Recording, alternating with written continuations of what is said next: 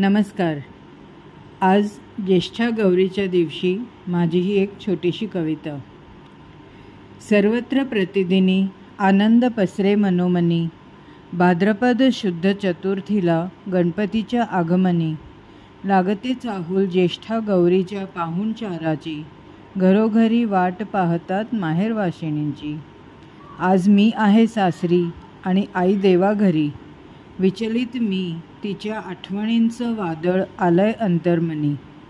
पहाट होताच आईची हाक पडली कानी, झाली बालपणाच्या उत्सवाची उजळणी. उठ अगं, आवर पटापटा, कर नीट वेणीफणी, सुबकदार काढ दरवाजात आणि देवघरापाशी रांगोळी. करतीये मी लाडू नैवेद्याला, देतर मला वेलदोडे अन चारोळी.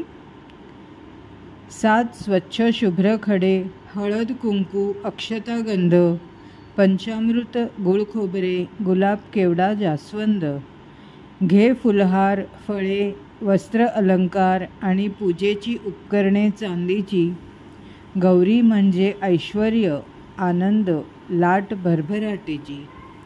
सवाष्णीला गजरा, साडी, ओटी, चांदीच्या ताटात जेवून होऊ दे ती तृप्त पोटी.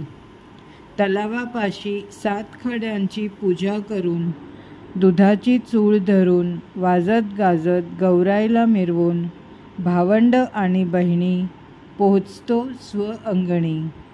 होता औक्षण, आल्हादक व्हायचा प्रत्येक क्षण. घरभर रांगोळीच्या पावलांवर कुंकवाचे ठसे उमटवत आई प्रत्येक पावलावर विचारायची, हे कोण आलंय? आनंदाने मी म्हणायची, महालक्ष्मी आल्याय सोन्या चांदीच्या पावली, महालक्ष्मी आल्याय सोन्या चांदीच्या पावली.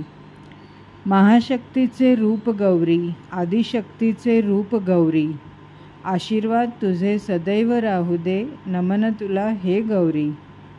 अचानक अलार्मचा आवाज पडला कानी, दचकून उठले मी अंथरुणी. स्वागत तुझे हे महालक्ष्मी, स्वागत तुझे हे गौरी. कशी वाटली हो तुम्हाला माझ्या आठवणींची शिदोरी?